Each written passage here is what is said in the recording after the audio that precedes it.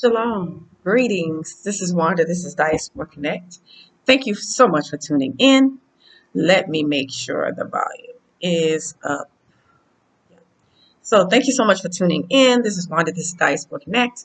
I have a story time for y'all.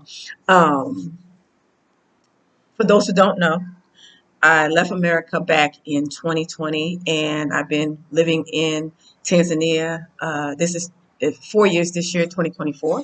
So all is well here in Mama Africa. But I have a story time I want to share with you. And the reason that I thought about this story time right now is because I just came from the store riding with my Bajaji driver, and the Bajaji is like a three-wheel motorcycle. It looks something like, for those in the West, it looks something like a cart that you ride when a horse and carriage. So it looks like the carriage part of the horse and carriage, but it has wheels on it. That's the only way I could describe to you what it may look like. It's like a motorcycle, a three-wheel motorcycle. Anyway, that's one of the forms of modes of transportation here, as well as a motorcycle and a car.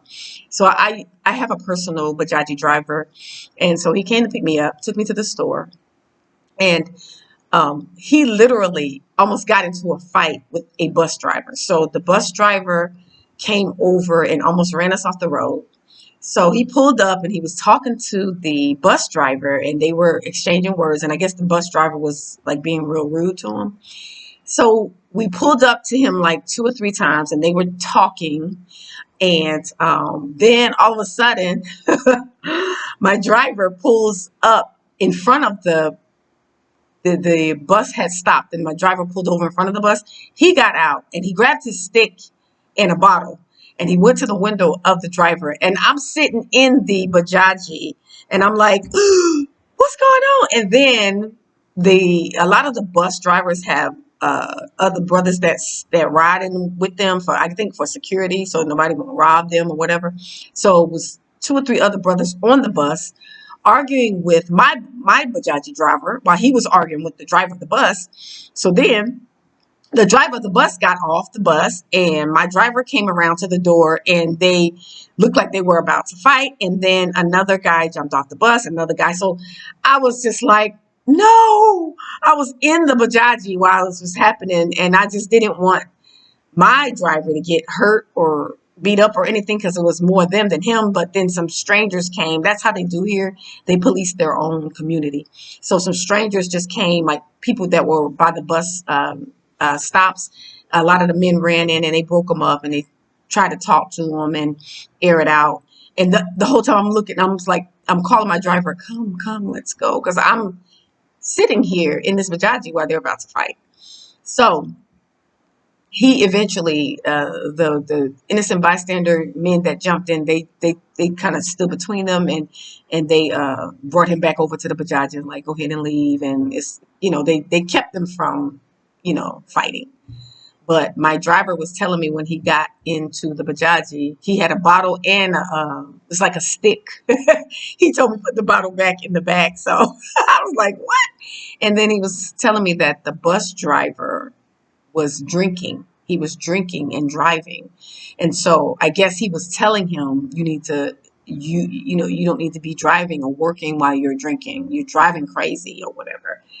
And so that's kind of what the exchange was. But boy, my heart was pounding. So that was my story time. I decided to do this video because I wanted to share the story time with you. I have another story time I wanted to share with you guys.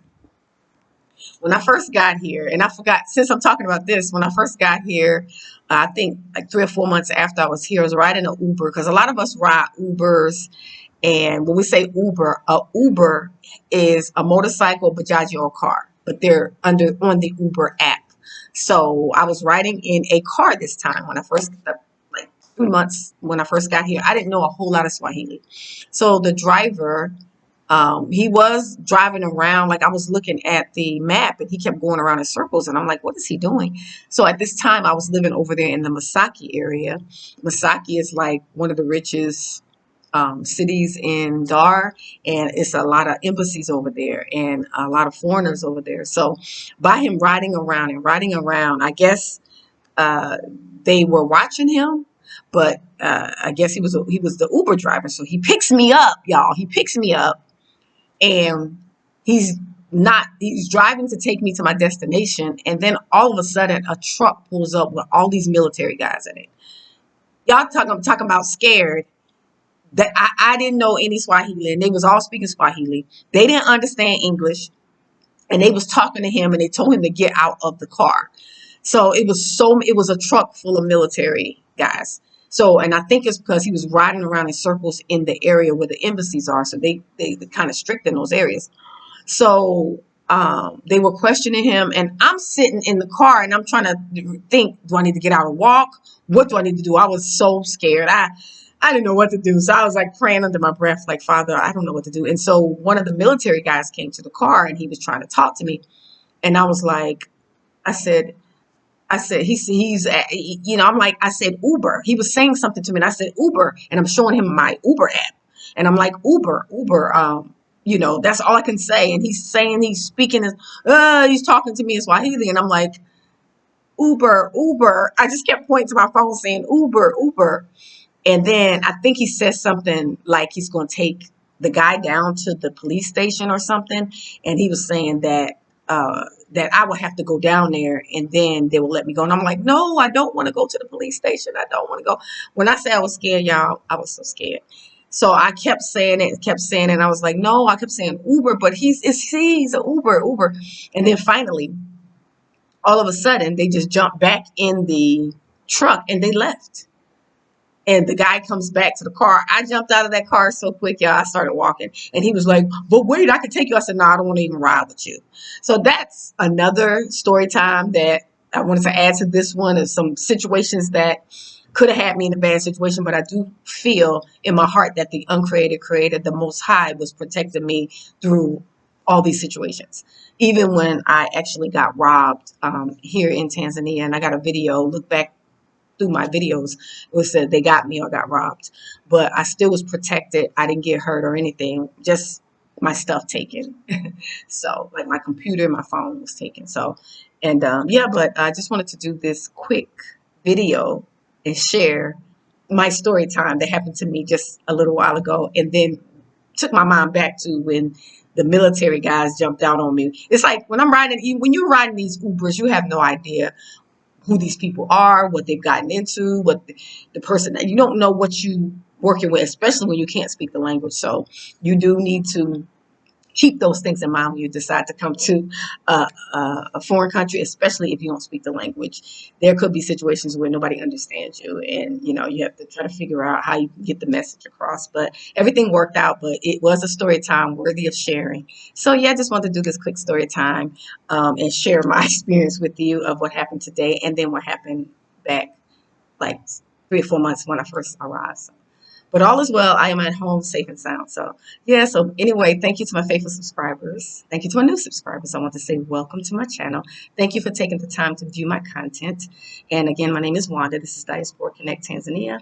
And I do travel and business consultations. If you're interested in visiting Tanzania, repatriating, or doing business, hit me up at diasporaconnect0@gmail.com, diasporaconnect0@gmail.com, and I can assist you with a travel business consultation. I do charge a fee. And so, yeah, it's like $60 for a 1-hour consultation or 60-minute consultation. So, yeah. But anyway, thank you for tuning in, and thank you for viewing my videos and my channel. Please do me a favor, like, share, and subscribe. Thumbs up. Hit on the notification bell if you want to be notified whenever I do a new video or live. I do have a live scheduled for Monday. I'm doing a what is it? I'm partnering with someone. We're doing a video together. So it's like a co something. I can't think of the name of it, but we're working together to do a video, and we're going to talk about it's a brother, and you'll see it on Monday. So tune into my channel. I have it scheduled. It's going to be Monday at like 10 p.m. But it's 10 p.m. my time here, and we're going to discuss our experiences living in Tanzania. We are both Black Americans from America, and we repatriated, and we live in Tanzania. He's been here 2 years. I've been here 4.